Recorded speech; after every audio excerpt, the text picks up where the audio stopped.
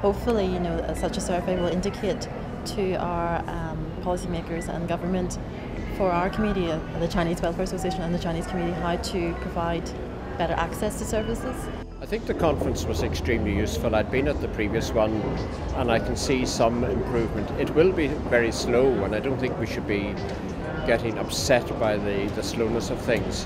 The one thing that always strikes me about these, George Hamilton, the Assistant Chief Constable, referred to it, and that was the reticence in reporting either hate incidents or hate crimes, particularly for those who are lesbian, gay, or bisexual or trans people, simply because they might be identified as being part of that community and it might rebound on them.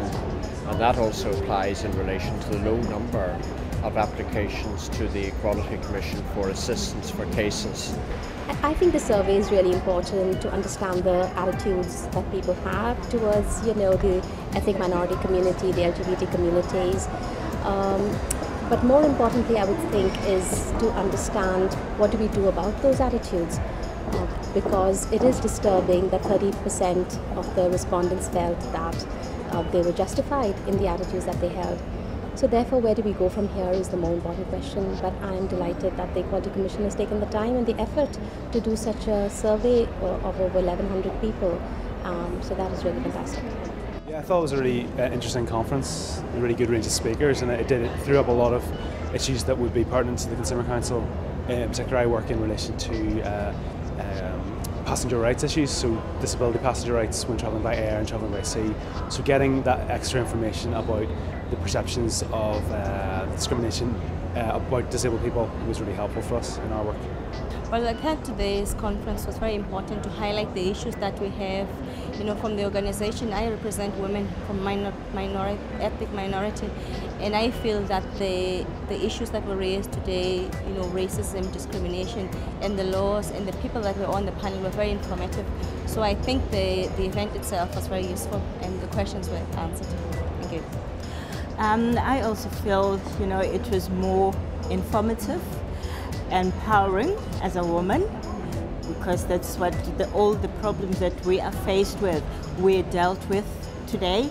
And I'm quite happy because the question that I asked was actually tackled to the best of their ability. So I'm quite happy about the whole thing. So I feel it was worth coming. I found the report extremely comprehensive. However, I was slightly concerned that most of the attitudes seemed to be from the inner city Belfast area.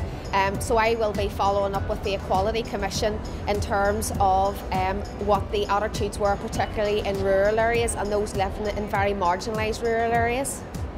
Well, I would be coming to the event from an intergenerational perspective, so I'd be very interested in the new age discrimination legislation.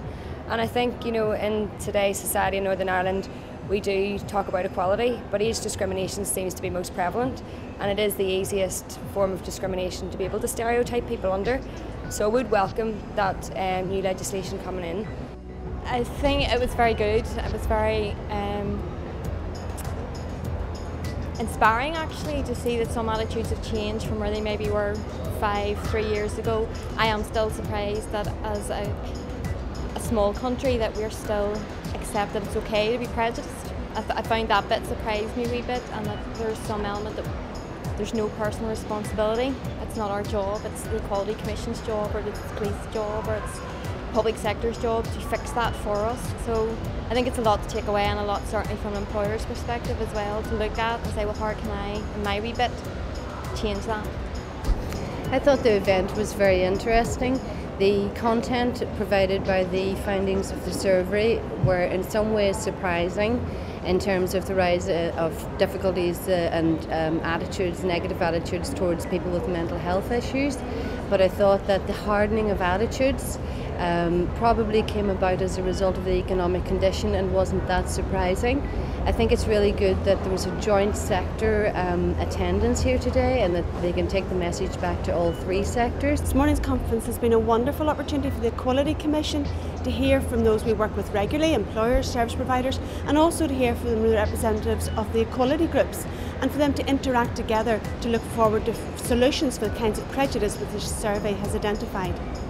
an important part of the work of the Equality Commission is to get its message out, and I believe that that's exactly what it did today.